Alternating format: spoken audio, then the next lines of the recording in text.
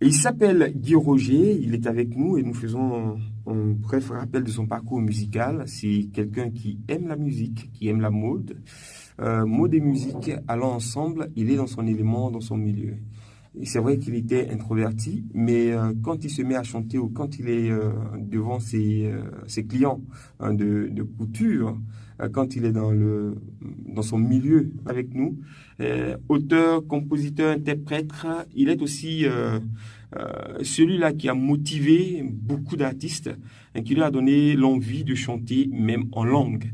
Parce que chanter en langue, c'était un peu comme avoir une certaine démarcation, faire en sorte que ceux qui sont pas de la même dialecte que vous, de la même ethnie que vous, tout de suite vous disent ah non non ça c'est pour eux, alors que Guy Auger a réussi sur un même album à rassembler plusieurs ethnies et à surtout pousser le bouchon très loin pour faire apprécier même le baloué que beaucoup ne comprennent pas, qui ne saisissent pas.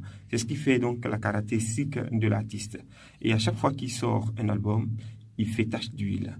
C'est celui-là que nous recevons aujourd'hui. Et avec lui, nous allons essayer d'étayer un tout petit peu son parcours musical parce que la vision, l'objectif final, c'est de parler de son dernier album qui s'appelle Je suis inondé de grâce et de gloire. Et c'est lui que nous saluons maintenant. Bonjour Guy Roger. Bonjour mon frère. Comment vous allez? Grâce à Dieu. Super.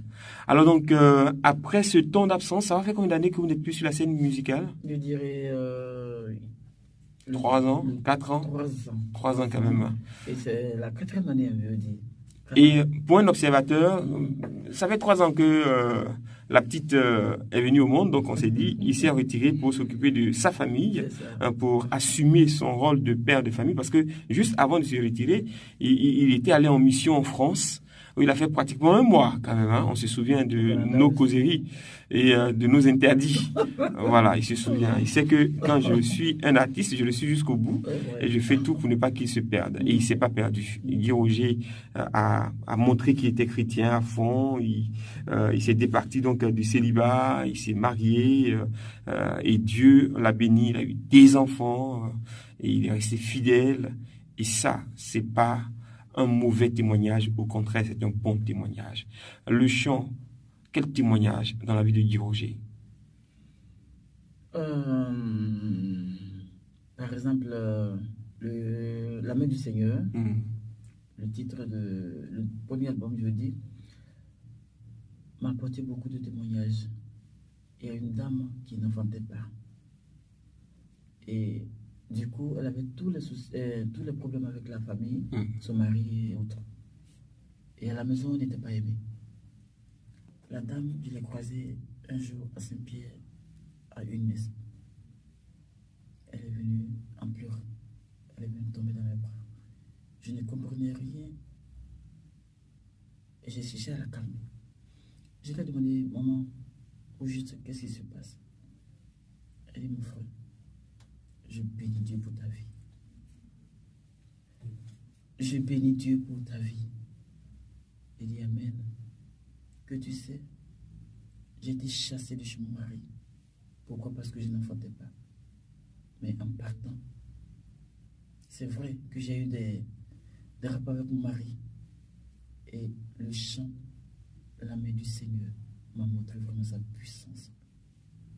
Quand je suis arrivé à la maison, 2 mois après, je sentais que j'étais lourde. Je ne comprenais pas. Je suis allé faire mon test. On me dit que je suis enceinte. Et ton cantique, la main du Seigneur, était toujours sur mes lèvres. Je fredonnais chaque fois ce cantique. C'est comment je sais déjà? La main du Seigneur m'a montré sa puissance. La main du Seigneur m'a fait triompher. Je ne mourrai point, mais je vivrai pour proclamer les œuvres du Seigneur. C'est ce cantique en fait. Et la dame m'a dit vraiment merci. Ça, c'est le premier témoignage. Et le deuxième témoignage, il y a un bébé je vais dire, moi j'appelle toujours les enfants mes bébés, de 3 ans qui était dans le coma dans une clinique. Le bébé Les parents ont tout fait. Ce n'est pas parce que ses parents n'avaient pas de l'argent, ils avaient tout à leur disposition. Ils voulaient tout pour sauver la vie de l'enfant. Et le bébé est resté dans le coma pendant 3 ou 4 mois, un truc comme ça. Et un jour, la maman demandait que le père amène un petit poste au chevet de l'enfant, qu'elle allait écouter chaque fois Radio Espoir pour prier, parce que souvent à minuit il y a des émissions que les animateurs ou bien les prédicateurs donnaient comme des enseignements, donc elle allait suivre cela. Et la dame, à minuit, elle priait avec comme on le dit, les orateurs ou les prédicateurs. Les animateurs, en écoutant l'émission. Et à 6 heures, elle a vu que l'enfant bougeait. L'enfant ouvert les yeux. Sa première parole, mon cantique qui passait, Yemi, Yeningi, quoi. La princesse s'est réveillée, elle a dit, maman, je veux cet album. Je veux le chant qui passe. Et de suite, les parents ont tout fait pour me rencontrer. Ils m'ont dit, ce chant qui passait sur la Radio Espoir a donné la vie à mon bébé. Guy Roger, qu'est-ce que tu veux? J'ai dit, je ne veux rien, mais je veux qu'on rende toute la gloire au Dieu Tout-Puissant. Parce que c'est lui qui a permis qu'à travers ce cantique, votre bébé puisse retrouver la vie. Je bénis son nom. Vraiment, ce fut un grand témoignage pour moi. J'ai eu tellement de témoignages que si je vais compter, peut-être qu'on va rester ici. Et au Burkina aussi, je suis allé pour un concert. C'est vrai que ça n'a pas été du tout facile parce que c'était compliqué au niveau de la promotion. Je connaissais personne, je me suis levé comme ça un jour parce que j'ai un ami là-bas qui voulait à tout prix que je vienne faire ma promotion au niveau du Burkina. Et je suis parti, j'ai voulu organiser un concert. C'est vrai que ça n'a pas été facile. J'ai pris le Saint-Nazaire. Le Saint-Nazaire prend 800 personnes, un truc comme ça. Et là-bas, au Burkina, ils n'ont jamais fait un concert plus de 1000 francs. À 1000 francs, même souvent, c'est rare que les gens répondent. Soit 500 ou c'est 1000 francs. Mais moi, j'ai pris, comme on le dit, le kilo, d'organiser mon concert à 2000 francs. Quand je suis allé pour payer la salle, la question m'a dit, mais est-ce que vous êtes sûr d'avoir 100 personnes en faisant le concert à 2000? J'ai dit oui. Que quand un enfant de Dieu est béni, Dieu ne l'abandonne pas. C'est vrai que c'est la première fois que je vais organiser le concert. Mais je suis sûr que mon Dieu me fera plaisir. J'ai dit, ok, j'ai payé, je suis parti. Je suis allé payer les radios pour la promotion. Vraiment, la promotion passait. J'ai même... il y a Dia Musique qui est représenté là-bas. J'ai payé presque 3 grandes radios. Et le dernier jour avant le concert, c'était un vendredi saint. Vendredi saint où on faisait le chemin de croix. C'était ce jour-là que j'ai choisi pour le concert. À 20h. Non, 21h, pardon. Étant à l'hôtel, d'abord une semaine avant le concert, il y a un père qui s'appelle Père Kinda, qui me disait, mon fils, c'est mieux de faire le concert à 1000 francs pour avoir un peu de monde. Sinon à 2000, avoir ici, ce sera trop compliqué. Un vendredi saint. Un vendredi saint. Votre public cible, ce sont les catholiques. Vendredi saint, on fait veiller sur le bois de la croix. Quand on a fini. C'est démentiel.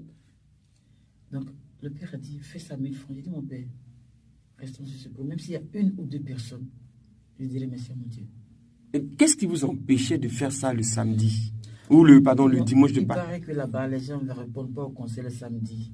Et même dimanche, il faut forcément vendredi.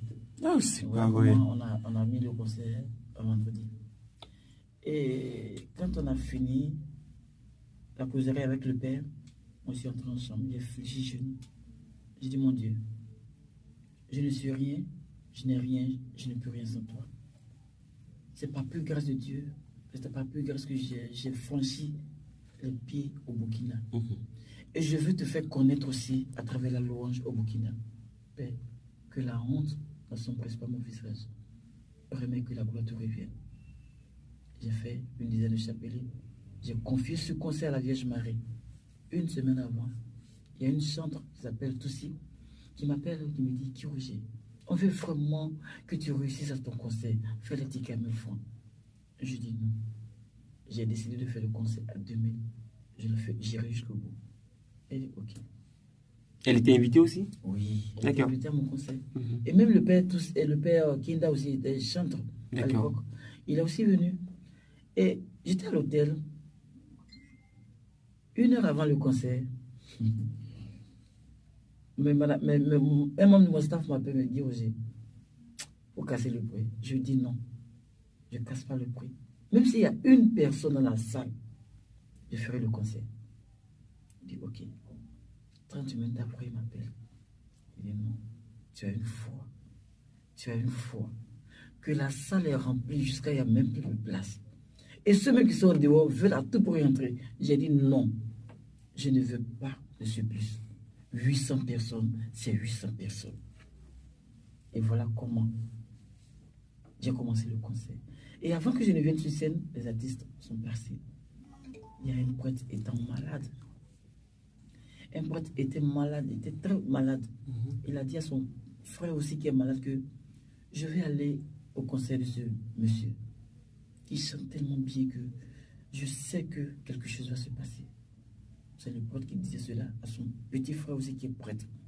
Et il lui a dit, mais tu es malade, comment tu vas aller à ce concert? Qu'est-ce que tu vas aller chercher là-bas? Tu ne peux pas, tu ne peux pas.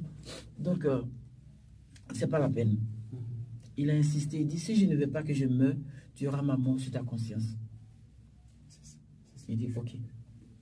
Donc, le jour J, le père a fait venir 3 religieuses qui l'ont accompagné au concert. La salle était déjà comble.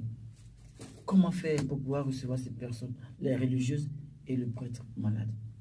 Et quand ils m'ont appelé, il dit, demandez à 4 personnes de céder la place à ces religieux. C'est possible. Mais je vous dis, quand ces personnes sont levées, mon frère est allé vers ces personnes, quand il leur a soumis, ils n'ont même pas hésité, ils se sont levés. Et les prêtres et les religieuses se sont assis. Le souhait du Père, c'est que je le salue au cours de ma prestation. Alors, comme je chantais, je passais dans les allées, mais je n'arrivais pas à son niveau. Mais mon dernier cantique, quand j'ai commencé l'adoration, quelque chose me disait, fais le tour.